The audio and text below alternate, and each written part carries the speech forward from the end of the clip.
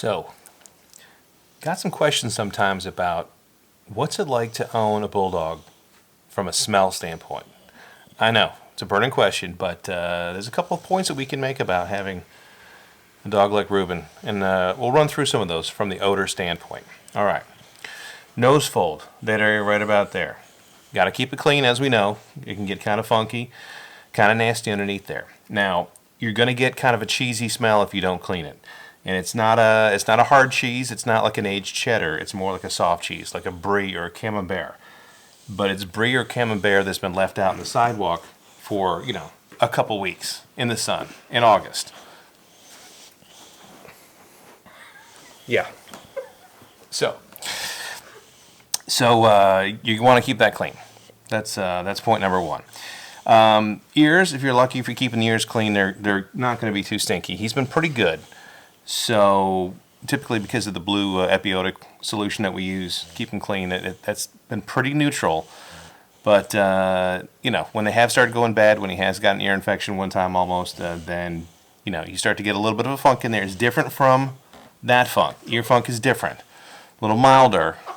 Can't really relate it to a cheese, but you'll know that it's out there. Okay.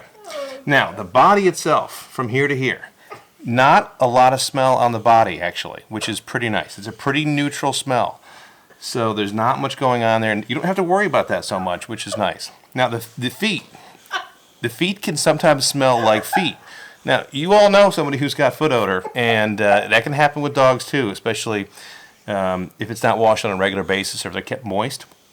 So keep them dry, keep them washed, but that'll keep the funky feet away from everything else. Lastly, back end, down here.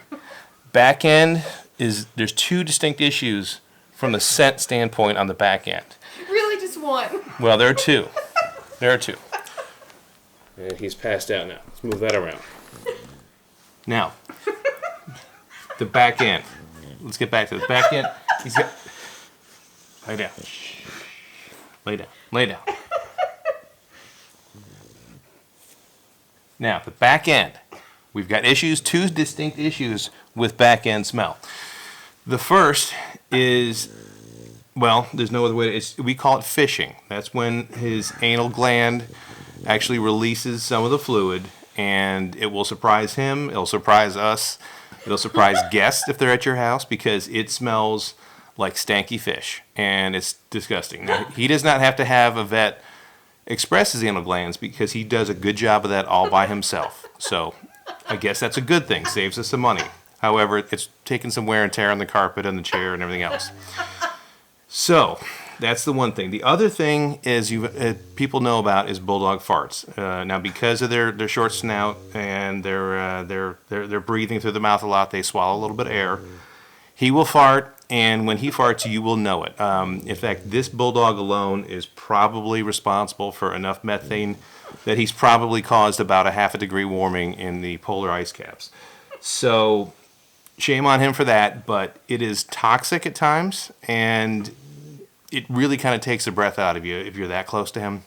And especially if he's sitting on you, there's not much you can do. You have to hope it passes. And when you wake up, the oxygen gets back in your lungs and you're okay with it. But so here, not good. Here, okay. Here, really bad.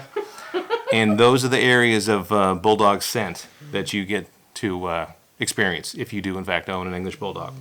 So, informative session, but a very important one at that. So, there you go. Enjoy, folks.